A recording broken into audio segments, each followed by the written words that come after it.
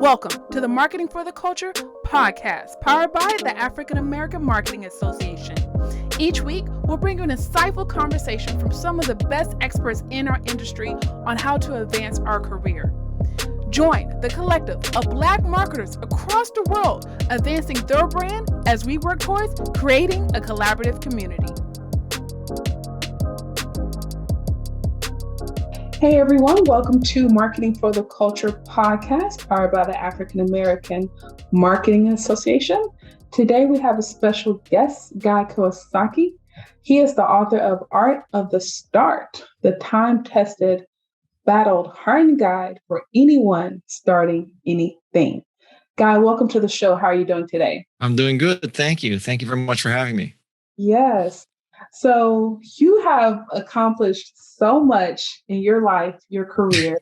Can you give us a quick glimpse, a rundown of your track record, of your resume? I was born in Hawaii. I went to work for Apple, and here I am. That's the briefest one. I was born and raised in Hawaii, came to the Bay Area, Silicon Valley, worked for Apple, started some software companies, started a venture capital firm, became a writer, speaker. Then I went to work for Canva. To this day, I'm Canva's Chief Evangelist. It's been about 7 years. And now I'm a podcaster. My podcast is called Remarkable People. And I am Canva's Chief Evangelist. I make a lot of speeches and I write a few books. I love it. So let's go back a little bit. What was the transition like going from working with Apple into starting your business? That transition was, I have to say, relatively easy. Always is a strong word. For a long time, I wanted to start a company, a tech company. I mean, that's what people do in Silicon Valley. And so I left Apple to start a software company. And it was kind of a natural move. In Silicon Valley, there's a line of reasoning that if you work for a company for 20, 25 years, people are wondering, well, what went wrong? I mean, why are you still at the same company for 25 years? Having said that, if I had not left Apple twice, or if I had not turned Steve down for a third job, I probably would not be on this podcast. I would be someplace else in the world where there's no COVID and no rain and no Republicans. Full retirement. I guess, it's so much is magnified and glamorized with social media. But I guess at that time, were you like feeling some bravado? I'm like, you know what? I can bet on myself. I can do this. I know what I'm doing. Well, I mean, yes, there is a necessary level of self-delusion in order to be an entrepreneur. Seriously. So, yeah, you have to be somewhat deluded. Now, I admit some entrepreneurs who have taken that to the extreme being actual criminal, but you do need some delusions of grandeur. Otherwise, you would just, work in the back room of a bank for 25 years. Yeah. All right. So let's fast forward to Canva. Canva has been a game changer.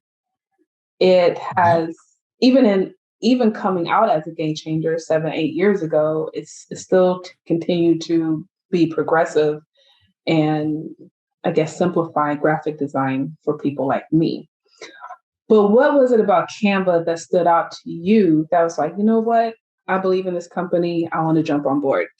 Okay. So do you want the delusional answer or you want the honest one? I want both. Which one do you want first? The delusion. Okay. The delusional one is I immediately recognized Canva as a great opportunity that was going to democratize design, change the world, free us. In a sense, when I worked for Apple, Macintosh democratized personal computing, and I believe Canva has democratized design. So with Macintosh, you were no longer at the whim of an IT department making you use MS-DOS. With Canva, you're no longer at the whim of a design department making you wait or use Photoshop. And so that was kind of that's the delusional guy. You're so smart. You saw it. You picked it out of the hoi polloi, great unwashed masses of companies because you're so freaking smart guy. Yeah, that's the delusional one. Now you want the honest one? Yeah. The honest one is that I continue to work with a woman named Peg Fitzpatrick, and she does much of my social media posts. And back then, this is 7 years ago, we had the theory that every post to Twitter required either video or a graphic. And so the question is, how do you make graphics? And let's just say that back then, getting a graphic and sizing it and increasing the contrast and adjusting the color and all that kind of stuff, it wasn't exactly a one-step process. So she discovered Canva and started using it to make photos for my tweets. And Canva noticed that I was using Canva. So they reached out to me via a tweet.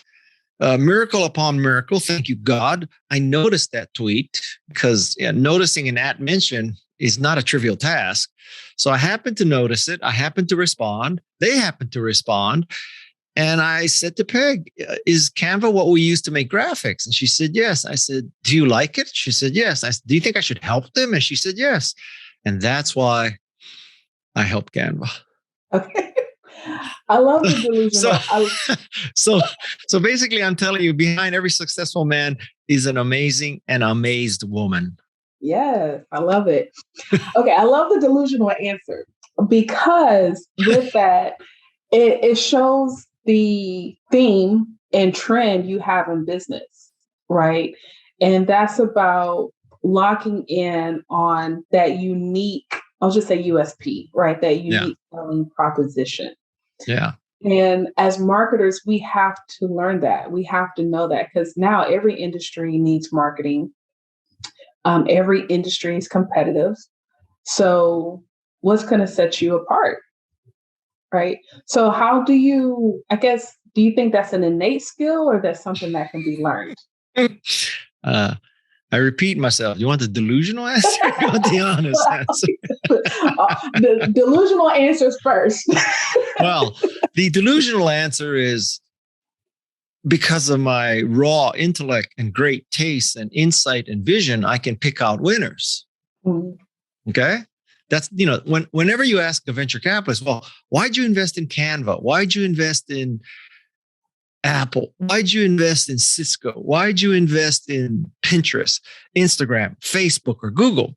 The venture capitalist will say, well, I recognize a world-class opportunity with a world-class team, with a world-class business model, with world-class technology.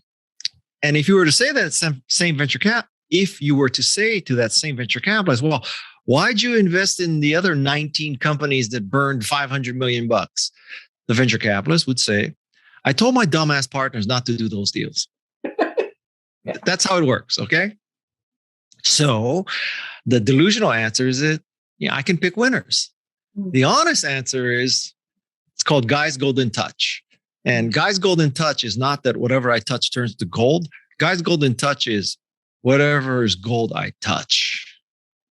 And so marketing 101 lesson for all entrepreneurs is it is much easier to market something great than a piece of shit. So if you have a choice, don't market shit.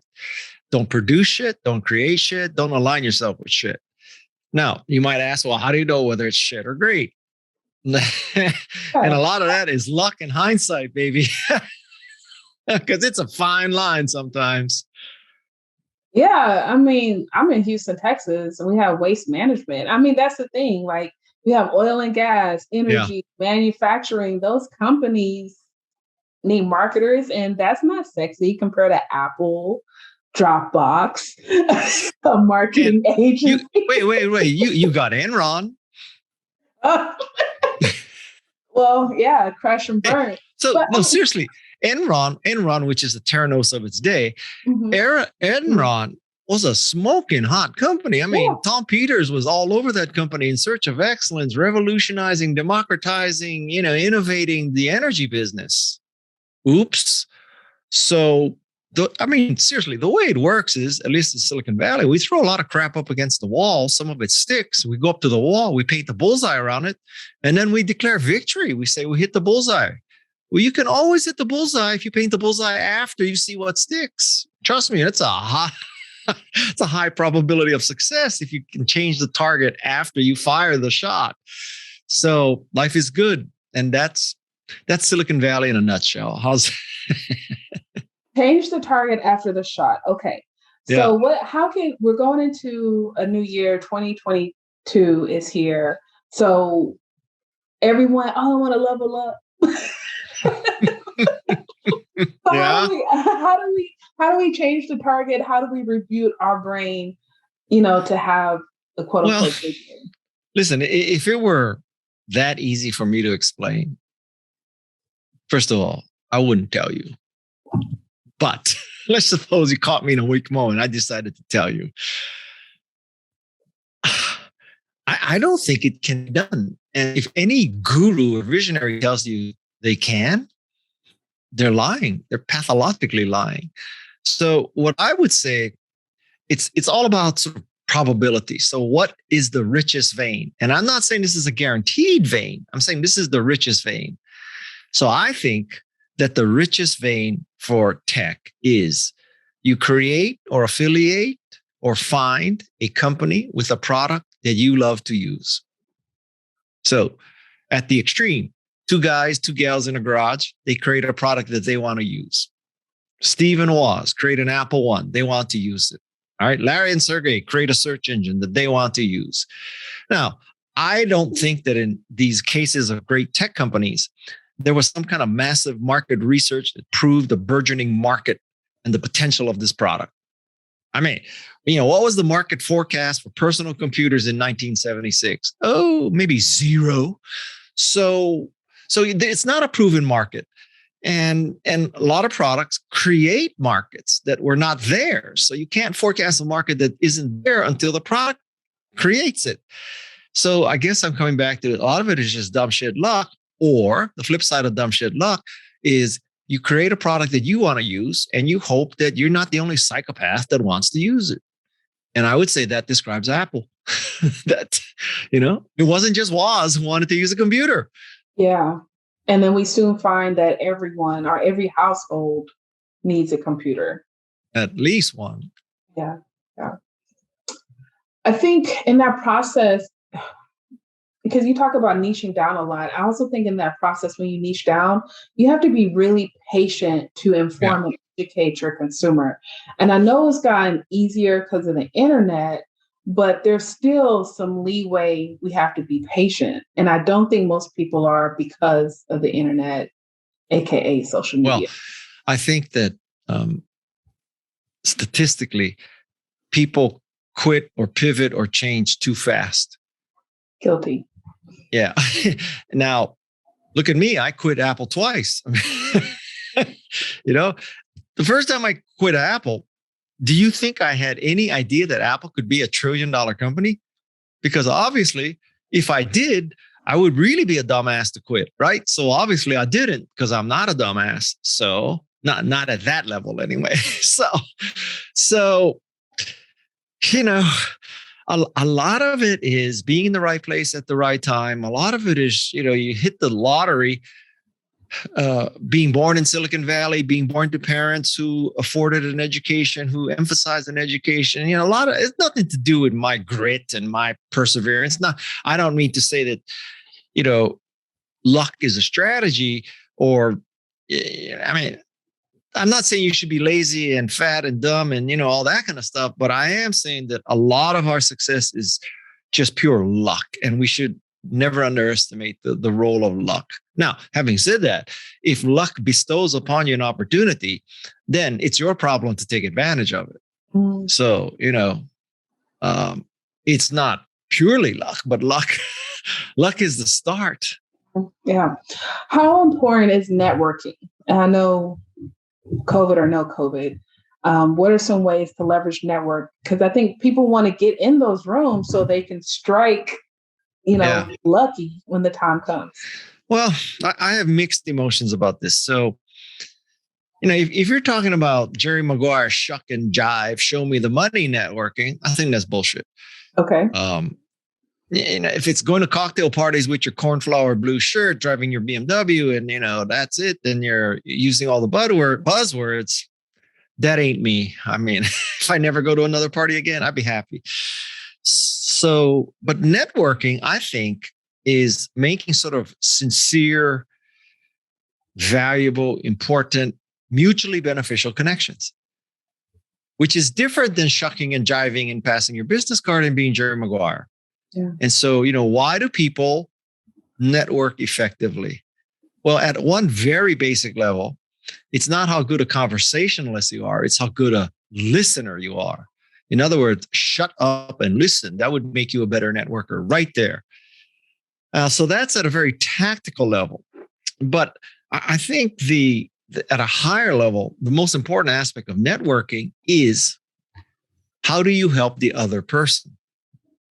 So you want to be a good networker, figure out how knowing you is beneficial for the other person, not for you.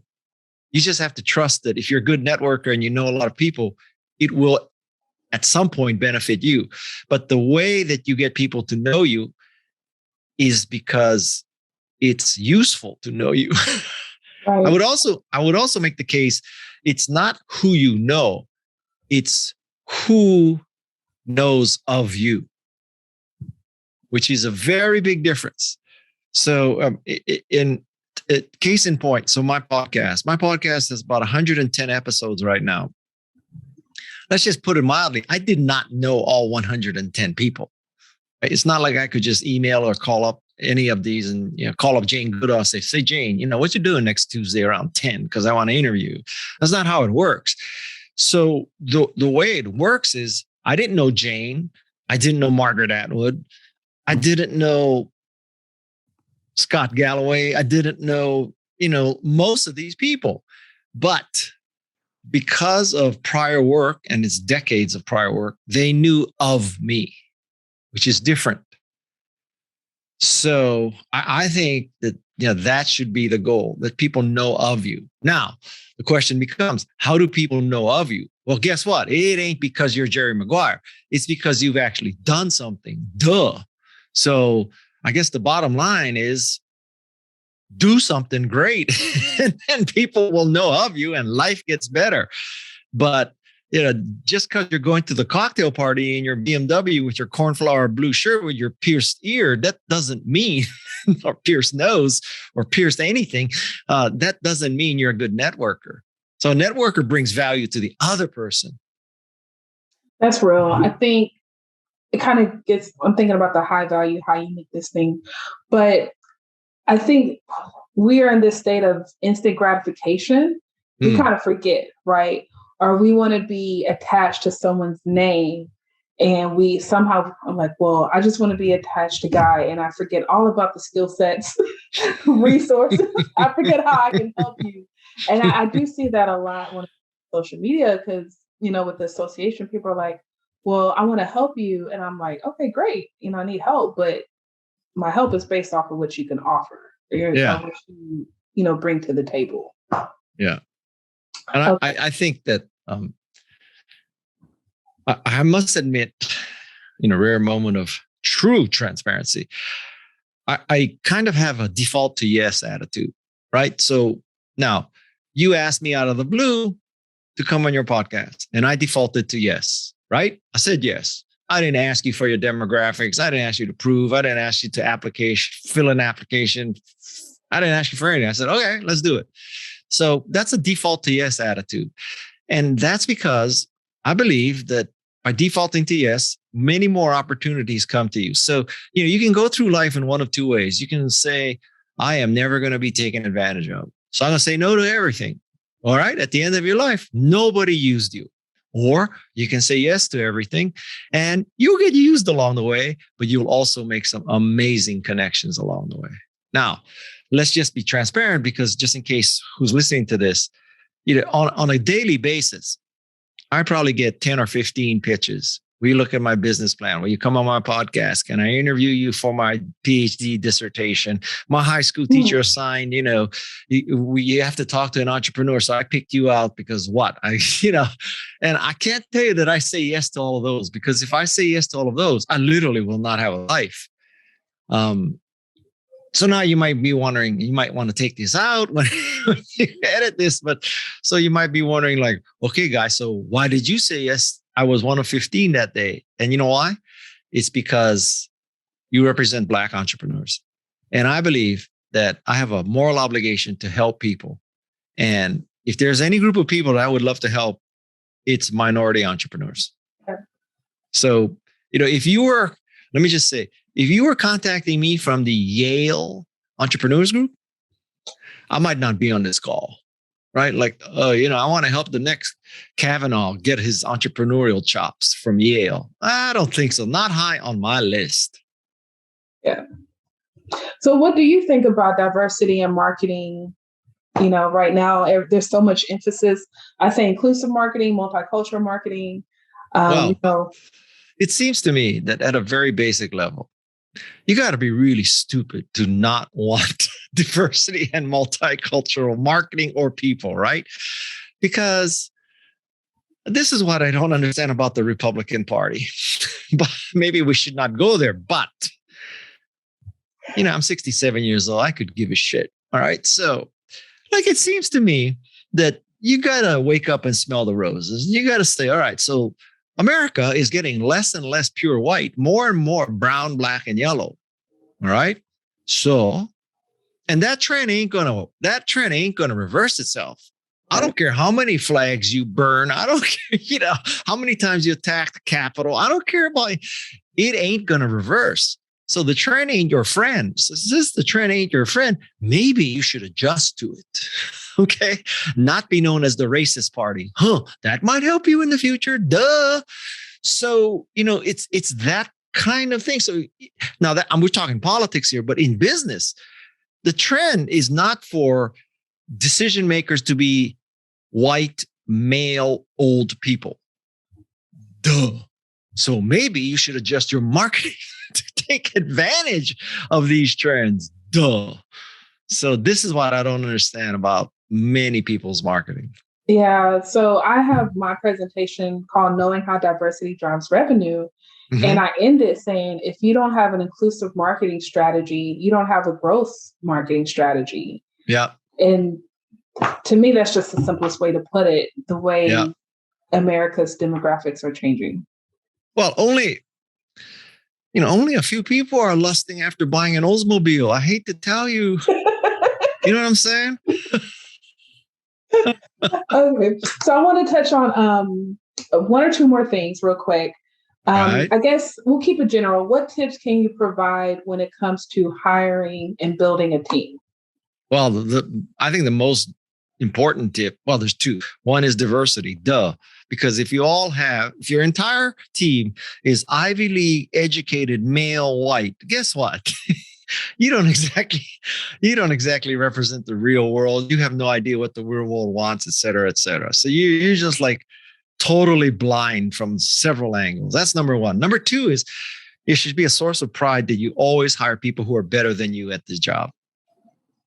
What a concept, right? So if you're the CEO and you hire a CFO that is not as good as you in finance, and you hire a CTO who's not as good as you in tech, and you hire a CMO who's not as good as you in marketing. So basically, you're the king or the queen and everybody else is below you. You're pathetic. You are a freaking loser. I mean, it should be a source of pride that I can look over a room and say, every one of these people can do their job better than I can. Yeah.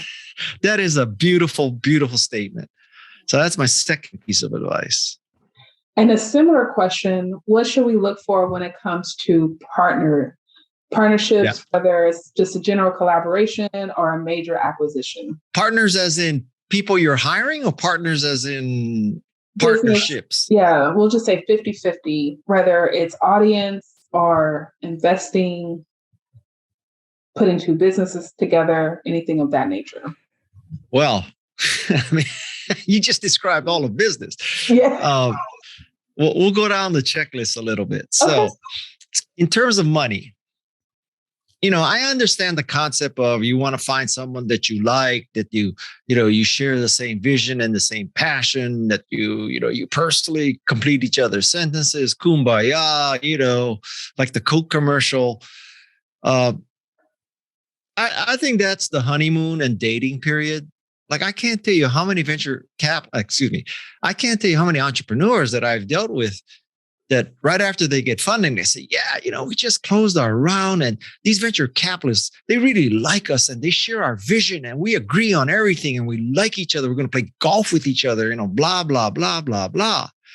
And then, of course, the product is a year late and revenue is about 1/20th of what they forecast. And all of a sudden, they get thrown out of their company.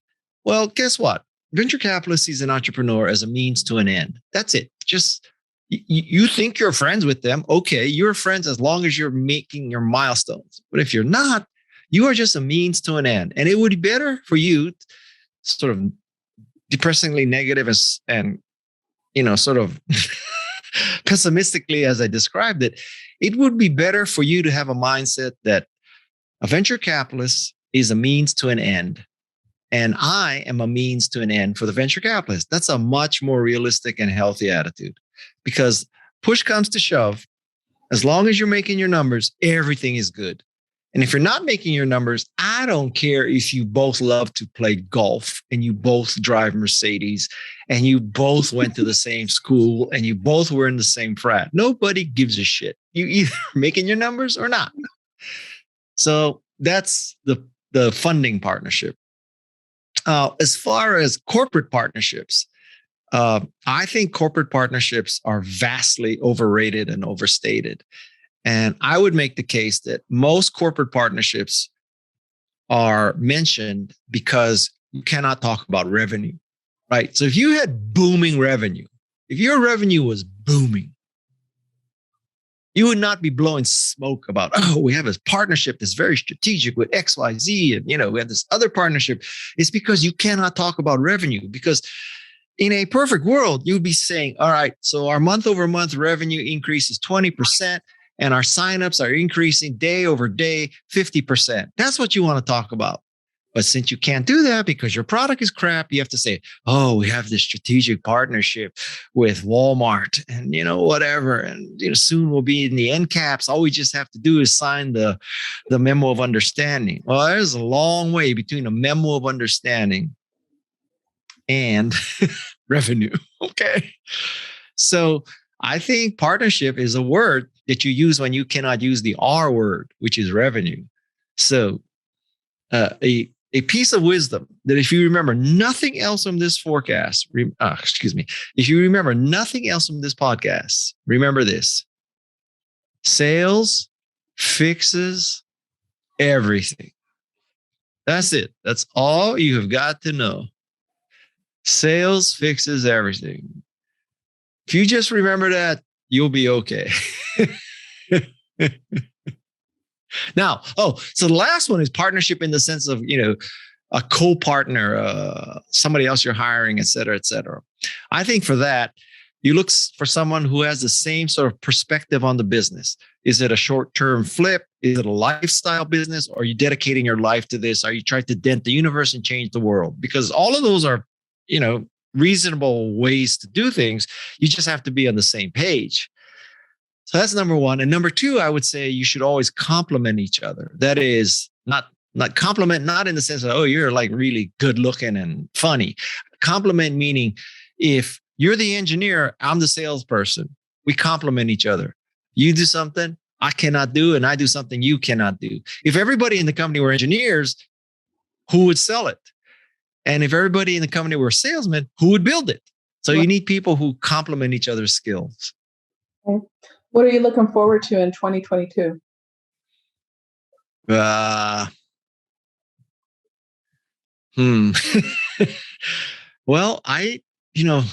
knock on wood. What am I looking forward to? That is a good question.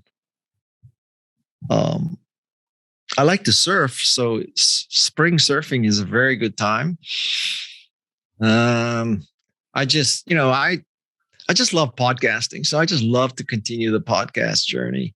It would be nice if, if a miracle occurred and people finally figured out that you should get vaccinated and mask up, that wouldn't be bad.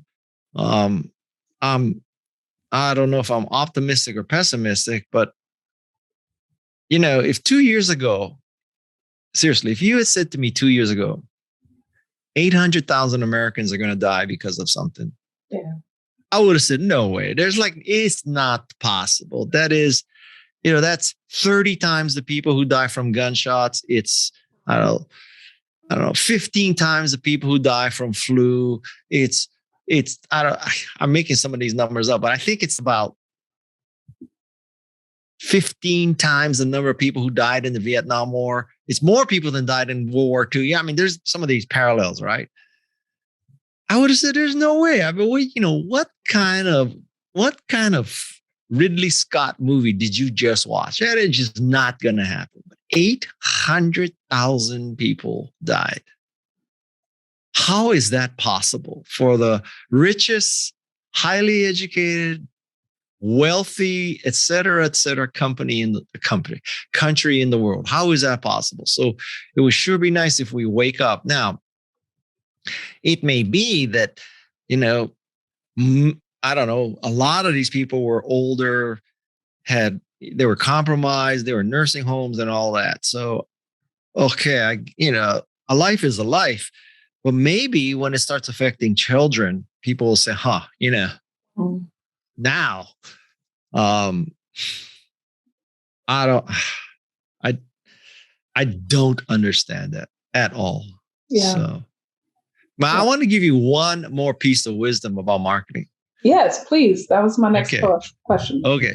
So I'm going to boil down all of marketing into the next couple minutes. Okay. So you have to make a graph. And on this graph, the vertical axis measures your degree of differentiation or difference. The horizontal axis measures the degree of value.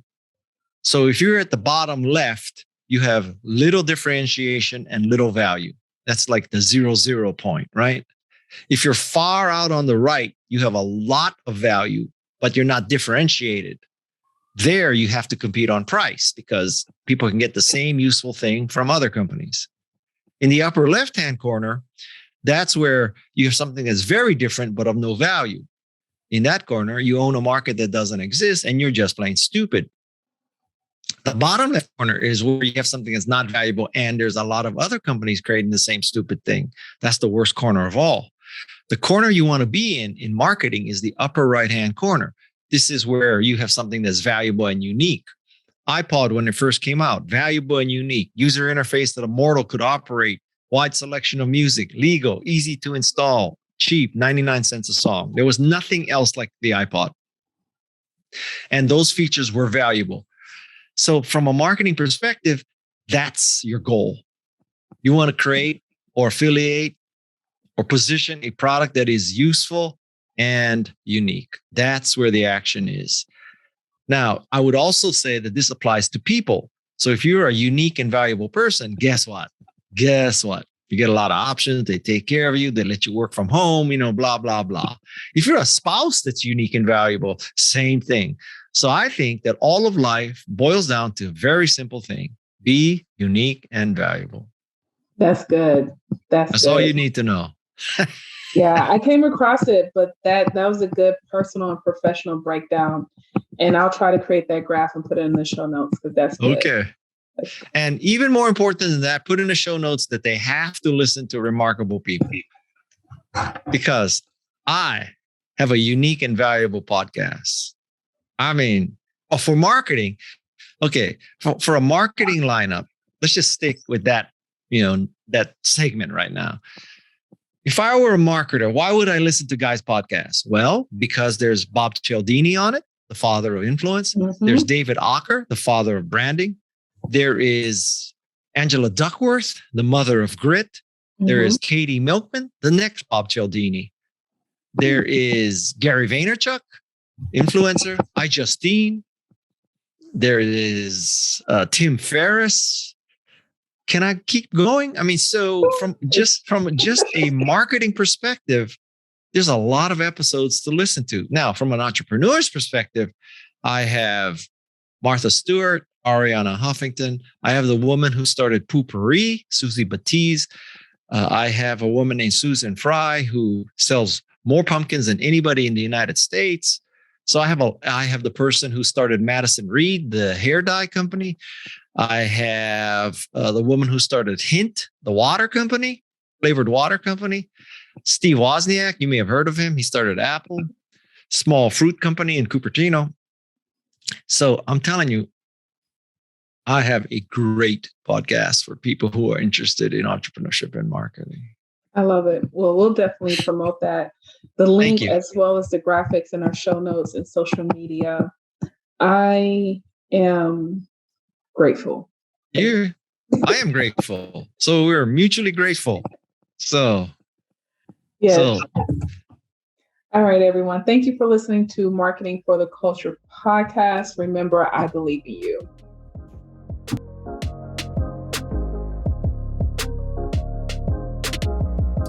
Thank you for listening to Marketing for the Culture podcast. If you haven't already, please subscribe, whether it's on Apple, Google, Spotify, or your favorite podcast platform. And of course, our videos are on YouTube. If you have a moment, feel free to give us a rate, review, or just comment. We appreciate our sponsors for their continuous support. Also, if you're interested in learning more about our sponsors or becoming a member of the African American Marketing Association, visit aa-ma.org.